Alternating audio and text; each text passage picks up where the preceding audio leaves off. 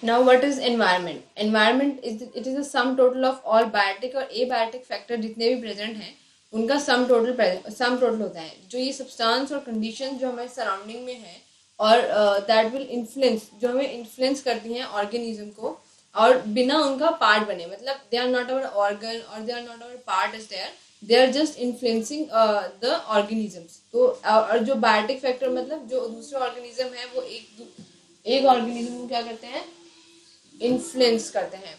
तो that is the main thing about the environment.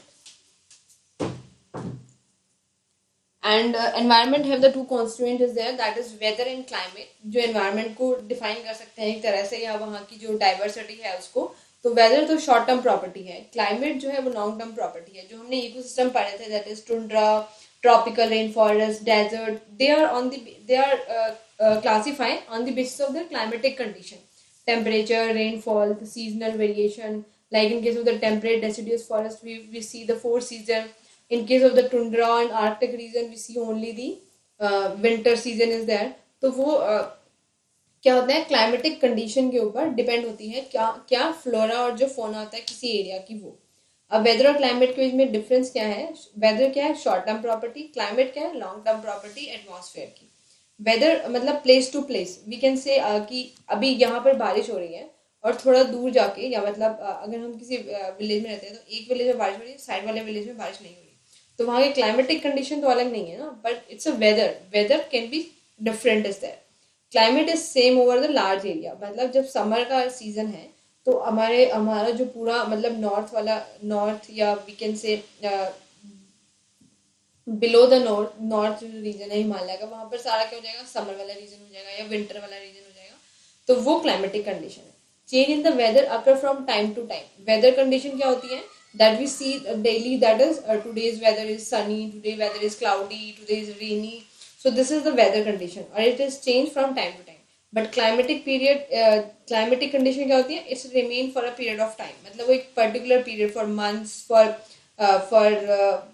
6 months, for 4 months, for 3 months. So this is the climatic condition. Like rainy climatic condition for 4 months is there. Winter is there, 4 months is there. So this is the thing. Weather change with the change in any of the atmospheric factor and condition. अगर थोड़ा बहुत भी atmospheric factor या condition किसी area का change होता है तो वहाँ का वेदर चेंज हो जाता है. लेकिन जो क्लाइमेटिक है वो इतना मतलब it does not change in such circumstances. ठीक है. सो एवरेज हम जो क्लाइमेट लेते हैं वो एवरेज लेते हैं एक पर्टिकुलर एरिया का. ठीक है. वेदर चेंज है लिटिल इम्पैक्ट ऑन, और वेदर के चेंज होने पर फ्लोरा फोना पे कोई it's very little impact is there, very little. ठीक है. But in the climatic determine the flora and fauna of the place is determined by the climatic condition. Climatic condition मतलब वहाँ का कितना रेनफॉल है, वहाँ का टेम्परेचर कैसा है. Like we have seen in the ecosystem कि वहाँ कैसा कैसा कहाँ पर होता है, तो उसके बेसिस पे हमने करा. ठीक है. तो अब हम ये जो ये एनवायरनमेंट या आगे जो भी हम पढ़ेंगे इस टॉपिक के अंडर वो हम किस लिए पढ़ रहे हैं, क्योंकि जब हम कॉम्पिटिशन पढ़ने वाले हैं तो वहाँ पर कुछ ऐसे टर्म्स आएंगी जो भी हम आगे देखेंगे कौन सी टर्म्स आएंगी कॉम्पिटिशन वाले पॉपुलेशन इंटरेक्शन में that are useful. So rather than doing in last this topic, I am doing in earlier. Now what is microclimate? Microclimate क्या होता है? एक local variation of climate that occur in an area of limited size. मतलब एक microclimate हम कह सकते हैं कि किसी ऑर्गेनिज्म के आसपास जो एनवायरनमेंट है उसको भी हम माइक्रो क्लाइमेट कह सकते हैं. एक पर्टिकुलर ट्री के पास जो उसका जो आसपास जो उसके क्लाइमेट है वो माइक्रो क्लाइमेट को कह सकते हैं. It is also called micro environment. इसको हम माइक्रो एनवायरनमेंट भी कह सकते हैं. एक मतलब एक पर्टिकुलर ऑर्गेनिज्म के आसपास का जो एनवायरनमेंट या क्लाइमेट है उसको हम माइक्रो एनवायरनमेंट में काउंट कर सकते हैं. ठीक है. अब आता है हैबिटेट. हैबिटेट क्या होता है? इट इज स्पेसिफिक प्लेस और locality delimited by combination of factor. मतलब हैबिटेट मतलब जहाँ पर कोई ऑर्गेनिज्म रहता है. It's a place there it is living is there, that is the habitat only. So वहाँ पर कॉम्बिनेशन ऑफ फैक्टर, वहाँ के फिजिकल फीचर कैसे हैं, बैरियर कैसा है, वहाँ पर वेयर कम्युनिटी रिसाइड्स. मतलब जैसे पॉन्ड, जैसे फिश का हैबिटेट क्या होता है? पॉन्ड होता है.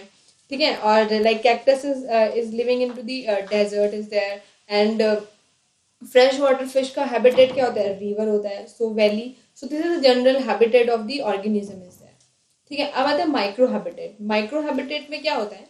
जैसे it is sub division of habitat. Habitat को हम अगर डिवाइड कर दें जैसे एक पॉन्ड है, पॉन्ड के एज पे मतलब एक किनारे पे कुछ ऑर्गेनिज्म किनारे पे रहेंगे, कुछ बिल्कुल हमने पॉन्ड का स्ट्रक्चर हमने मतलब वाटर का स्ट्रक्चर देखा था, वहां पर हमने एक जोन देखे थे, that is photic zone, benthic zone is there, euphotic zone is there. Benthic zone कौन सा होता है जहाँ लाइट नहीं पहुंच पाती, ठीक है। फोर्टिक जोन कौन सा होता है जहाँ लाइट पहुंचती है।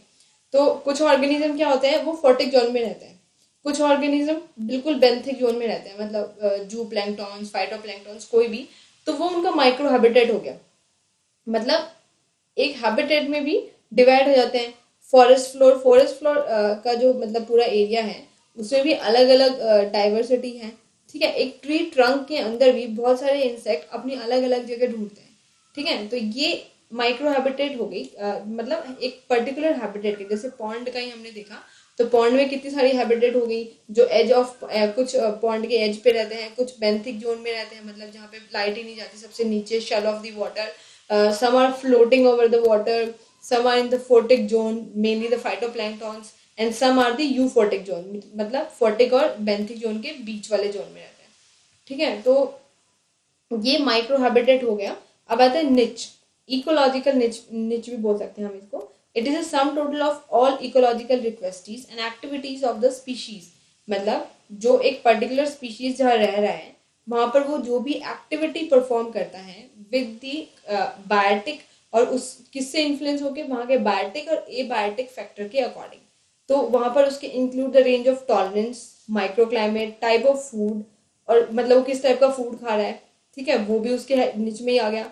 फिर आता है रेंज ऑफ टॉलरेंस, उसका क्या टॉलरेंस रेंज है, मतलब क्या कितना वो किस दूसरी स्पीशीज के साथ कॉम्पिटिशन कर रहा है, उसके रिसोर्सेज क्या हैं, ठीक है। तो और उसका इकोसिस्टम में क्या रोल है।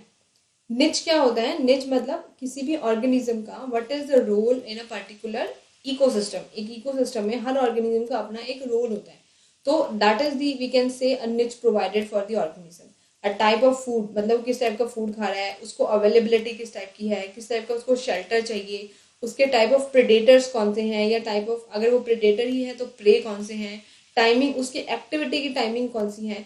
तो ये निच होता है। और निच कई बार अगर मतलब दो ऑर्गेनिज्म की निच आपस में मिल जाती है, मतलब जो रहने सहने का तरीका है वो मिल जाता है इकोसिस्टम में, तो क्या करते हैं वो अपना टाइम चेंज कर सकते हैं, मतलब वो डिफरेंट टाइम पे एक्टिव हों, तो इस तरह से निच को डिवाइड कर सकते हैं।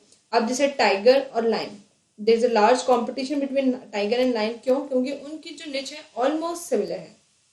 Both are carnivores and both are depend upon the herbivore animal is there. So that is we can say वहां पर आता है हमारा फिर कंपटीशन, जहाँ पर निच और रिसोर्सेज के बेसिस पे निच डिवाइड होती है, और उनका रोल क्या है इकोसिस्टम में उसके बेस पे जो है निच डिवाइड होती है, ठीक है।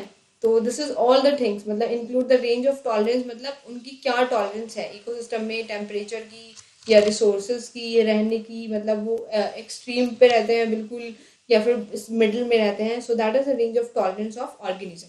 सो niche is very important topic and is also important for it's to understand is that.